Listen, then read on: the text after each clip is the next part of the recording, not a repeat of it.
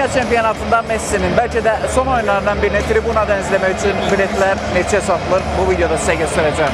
İlk olarak Türkiye'nin məğlubiyyətinin nəsəbi soymamış, planıma uyğun ştat dəyişməlidim. San Francisco'dan Texas'a nəzərdə tutulan kimi 3 saat 20 dəqiqəyə çatdım. Argentina'nın oyununa bir gün qalmış isə artıq şəhər demək olar ki, ancaq Messi formalı azarkeşlərlə dolu idi. Ölçü tapmağın çətin, stokların bitdiyi bir zamanda 2XL olsa da $50 orijinal Argentina forması tapa bildim. Sözsüz ki, işim texnoloji olduğu üçün bu dünya çempionatının ən çox azarkeş tutumu olan və bəlkə də ən texnoloji stadionu Dallas Stadium araşdırmağa başladım. Bura mundial zamanı 94.000 tamaşaçıya qədər çatması nəzərdə tutulan nəhəng qapalı arenadır. Təsəvvür eləyin ki, çöldə hiss olunan 40 dərəcəli istinin içəri təsiri yoxdur. Bütün arenanı əhatə edən soyuducu sistem həm azarkeş, həm oyunçular üçün ideal temperatur yaradır. Düz stadionun mərkəz hissəsində isə Jerrytron adı verilən ekranlar var. Bu 4 tərəfli HD video boarddur və stadionun ən məşhur texnoloji simvoludur.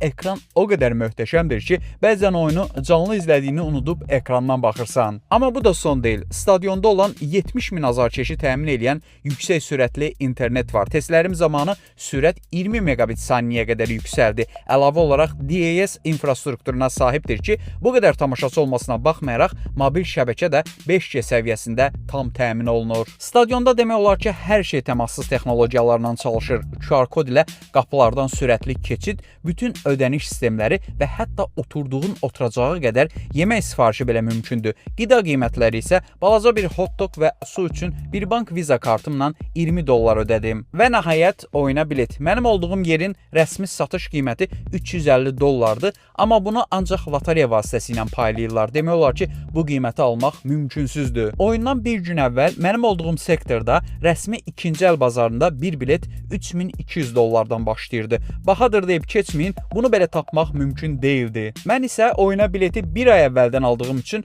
nisbətən daha az $1058 ödəmişdim. Bəli, qiymət bahadır, amma Messi'nin 2 tarixi qolunu canlı izləmək də bu əziyyətə və pula dəydi hissini yaşatdı. Üstəlik tribunada da Shakiranı görmək sanki qiymətdən biraz da olsa təsəlli oldu. Rəydə fikirlərinizi mənimlə bölüşün, daha çoxu üçün isə kanalımı izləməyi unutmayın. Bu videonu bir bank və dünya çempionatının rəsmi ödəniş texnologiyaları tərəfdaşı olan Viza'nın dəstəyi ilə izlədiniz.